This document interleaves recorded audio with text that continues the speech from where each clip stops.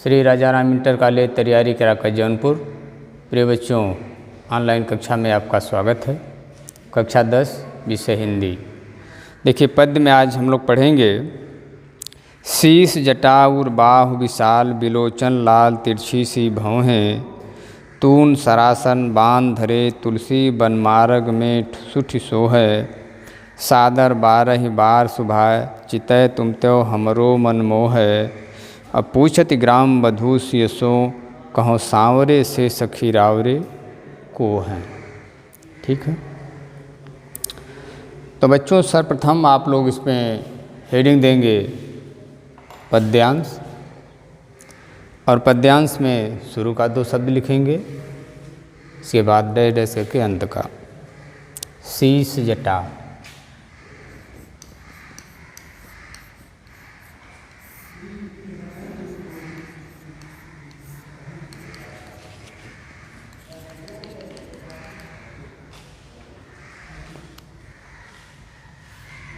को है,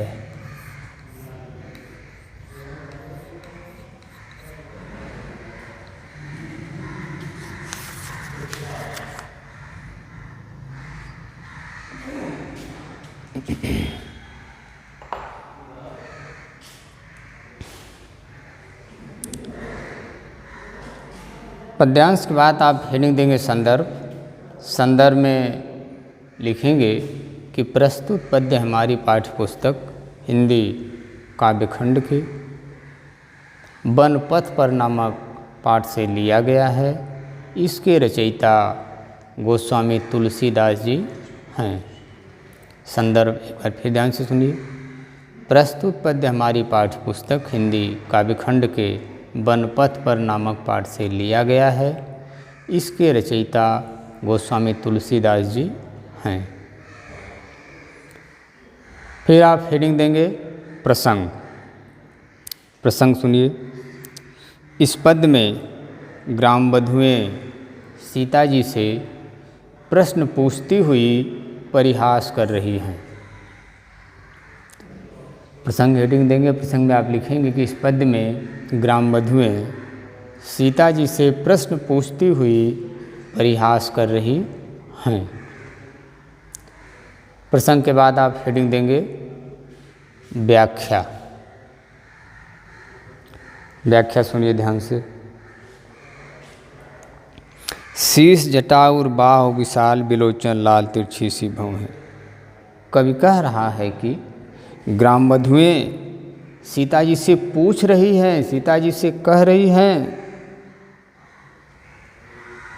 कि शीश जटा उर बाहु विशाल, जिसके सिर पर सुंदर जटा शोभायमान है तथा जिनकी भुजाएं और वक्षस्थल विशाल हैं, बिलोचन लाल तिरछी सी भौहें, आँखें लाल सुंदर, आँखें लाल तथा भौहें तिरछी और सुंदर बनी हुई हैं, तून सरासर बांध धरे, तुलसी बन मार्ग में सुट सो हैं।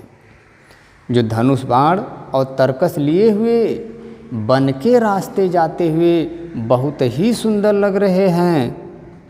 सादर बारह बार सुभा, चितय तुम त्यो हमरो मन मोह, तथा बड़े ही आदर के साथ सहज भाव से तुम्हारी तरफ देखते हुए हम लोगों के मन को मोह ले रहे हैं। पूछत ग्राम बधू सियसो, ये सखी दोनों में जो सांवले रंग के हैं वो तुम्हारे क्या लगते हैं। व्याख्या फिर एक बार सुनिए।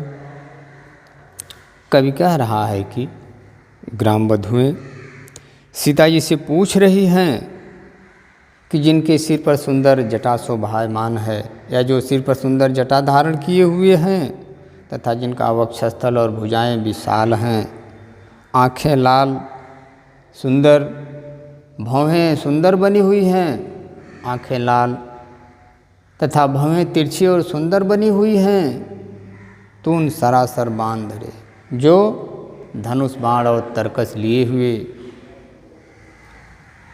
वन के रास्ते जाते हुए बहुत ही सुंदर लग रहे हैं, तथा सादर बारह बार सुभाए, बड़े ही आदर के साथ तुम्हारी तरफ देखते हुए हम लोगों के मन को मुग्ध कर दे रहे हैं, अर्थात मोह ले रहे हैं। ग्राम वधू कह रही है कि हे सखी, इन दोनों लोगों में जो सांवले रंग के हैं वो तुम्हारे क्या लगते हैं। ठीक है। इसके बाद आप हेडिंग देंगे काव्यगत सौंदर्य। काव्यगत सौंदर्य, ध्यान से सुनिए। नंबर 1 में आप लिखेंगे कि इस पद में ग्राम वधुएँ सीता जी से परिहास कर रही हैं। इस पद में ग्राम वधुएँ सीता जी से परिहास कर रही हैं। नंबर 2, इस पद में श्री राम के सुंदर रूप और सहज भाव का बड़ा ही सुंदर वर्णन किया गया है। इस पद में श्री राम के सुंदर रूप और सहज भाव का बड़ा ही सुंदर वर्णन किया गया है। नंबर 3, इस पद्य की भाषा सुकोमल तथा ब्रज है। नंबर 4, इस पद्य में सवैया छंद है। नंबर 5, इस पद्य में श्रृंगार रस है। और नंबर 6, इस पद्य में अनुप्रास अलंकार का प्रयोग किया गया है।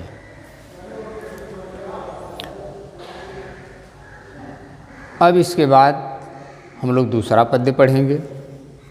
दूसरा पद्य सुनिए ध्यान से। सुनि सुंदर बैन सुधारस साने सयानी है जानकी जानी भली, तिरछे करि नैन दसैन तिन्ह समझाई कछु मुस्काई चली, तुलसी तेहि अवसर सोहै सबय अवलोकत लोचन लाहुअली, अनुराग तड़ाग में भान उदय बिगसी मनोमंजुल कंज कली। ठीक है, ये दूसरा पद्य है आपका।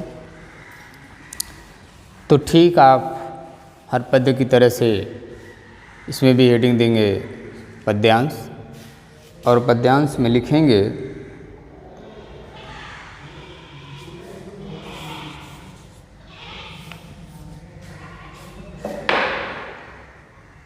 सुनि सुंदर।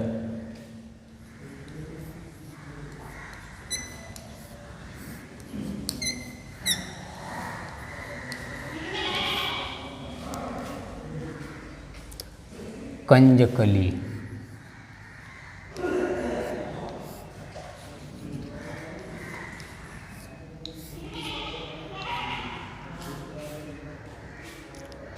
ठीक।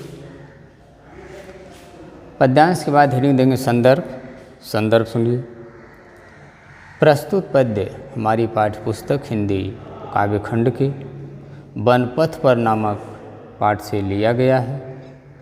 इसके रचयिता गोस्वामी तुलसीदास जी हैं।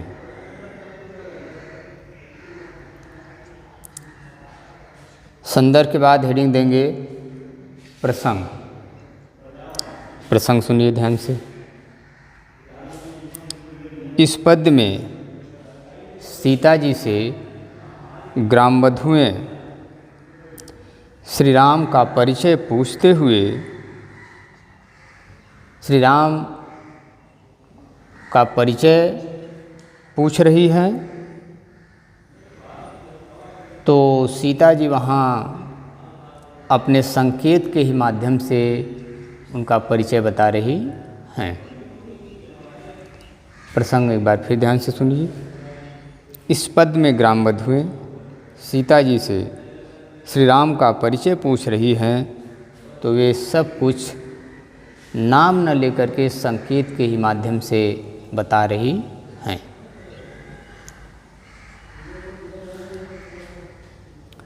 प्रसंग के बाद फिर आप हेडिंग देंगे व्याख्या। व्याख्या सुनिए। सुनि सुंदर बैन सुधारस साने सयानी है जानकी जानी भली। कवि कह रहा है कि ग्राम वधुओं की अमृत रस से सनी हुई वाणी को सुन करके सीता जी समझ गई, जान गई कि गांव की स्त्रियां सीधी सादी बहुत भोली भाली नहीं हैं, बल्कि बहुत ही चालाक हैं। इसलिए तिरछे क नयन दसैं तिन्हें समझाई कछु मुस्काई चली। इसलिए वे भी अपने नेत्रों के तिरछे इशारे से बताकर कि श्री राम हमारे पति लगते हैं और मुस्कुरा करके आगे बढ़ गई। भारतीय नारी के आदर्श को निभाते हुए श्री राम का नाम अपने मुख से नहीं ली। तुलसी ते ही अवसर सोहै सबय अवलोकत लोचन लाहवली। तुलसीदास जी कह रहे हैं कि जिस समय सीता जी बताकर और मुस्कुरा करके आगे बढ़ती हैं, उस समय की सुंदरता देखते ही बनती है, या उस समय की सुंदरता ऐसी लग रही है जैसे अनुराग तड़ाग में भान उदय विकसी मनोमंजुल कंज कली। जैसे मानो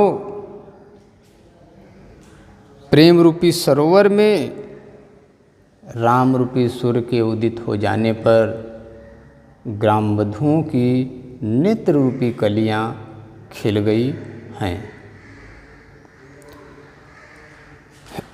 व्याख्या फिर ध्यान से सुनिए। सुनि सुंदर बैन सुधारस साने सयानी ही जानकी जान भली।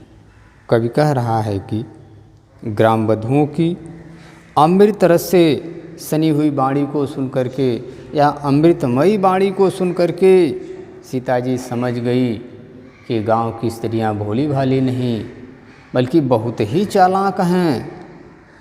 तिरछे क नयन दसैं तिन्हें।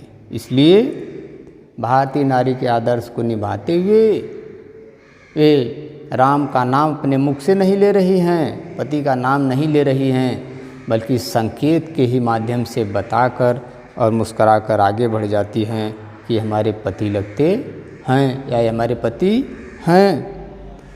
तुलसी ते ही अवसर सोहै सबय अवलोकत लोचन राहुली। तुलसीदास जी कह रहे हैं जिस समय सीता जी बताकर और मुस्कुरा कर के आगे बढ़ती हैं, उस समय की सुंदरता देखते ही बनती है। मानो प्रेम रूपी सरोवर में राम रूपी सूर्य के उदित हो जाने पर ग्राम वधुओं की नेत्र रूपी कलियां खिल गई हैं। फिर इसके बाद आप हेडिंग देंगे काव्यगत सौंदर्य। काव्यगत सौंदर्य ध्यान से सुनिए। नंबर 1, यहाँ पर राम सूर्य हैं तथा स्त्रियों का प्रेम तालाब है और उनके नेत्र कमल की कलियां हैं। फिर नंबर 1 ध्यान से सुनिए। यहाँ पर राम सूर्य हैं, स्त्रियों का प्रेम सरोवर है या तालाब है तथा उनके नेत्र कमल की कलियां हैं। नंबर 2, इस पद्य में नारी सुलभ लज्जा तथा मर्यादा का बड़ा सुंदर वर्णन किया गया है। इस पद्य में नारी सुलभ लज्जा और मर्यादा का बड़ा ही सुंदर वर्णन किया गया है। नंबर 3, इस पद्य की भाषा ब्रज है। नंबर 4, इस पद्य में श्रृंगार रस है। और नंबर 5, इस पद्य में सवैया छंद है। और नंबर 6, इस पद्य में रूपक उत्प्रेक्षा तथा अनुप्रास अलंकार है।